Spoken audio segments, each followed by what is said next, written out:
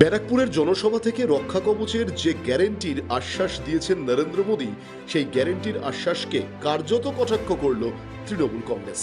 তৃণমূল ভবনে অনুষ্ঠিত এক সাংবাদিক সম্মেলনে রাজ্যের মন্ত্রী শশী পাঁজা বিদলেন নরেন্দ্র মোদীকে।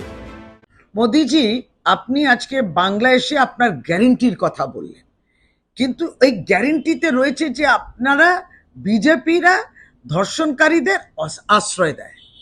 এই গ্যারেন্টিতে কি আছে? যে মহিলাদের অসম্মান করা হয়। এই গ্যারেন্টিতে কি আছে মোদিজির? যে সন্দেশখালী মহিলাদের ধমকাবেন আপনি। এইটাই তো আপনাদের গ্যারেন্টি।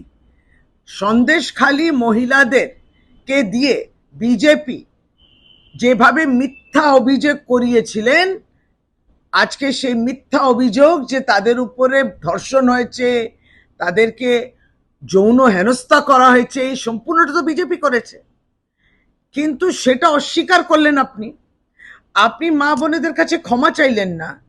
এই মা বোনেরা কিন্তু থানায় গিয়ে তাদের এই মিথ্যা অভিযোগ যেটা বিজেপি লিখিয়েছিল প্রত্যাহার করছেন। তাতে আপনার বিজেপির নেতারা সন্দেশখালীতে গুলি, বোমা, অস্ত্র ইত্যাদি দিয়ে তাদেরকে ধমকাচ্ছেন। মহিলাদের ধমকে বলছেন যে প্রত্যাহার করা যাবে না, অভিযোগটা, এই মিথ্যা অভিযোগটা থাকবে। আপনারা টাকা পয়সা দিয়ে তাদের ইজ্জতের দাম বেঁধে দিয়েছিলেন, আর আপনি সম্পূর্ণ এই যে চিত্রনাট্য আপনার সংগঠন বিজেপি যে করলো নেতৃত্ব, সেটাকে আপনি আড়াল দিচ্ছেন, ক্ষমাও চাননি তাদের কাছে, উপরন্তু আপনি ধমকাচ্ছেন মহিলাদের।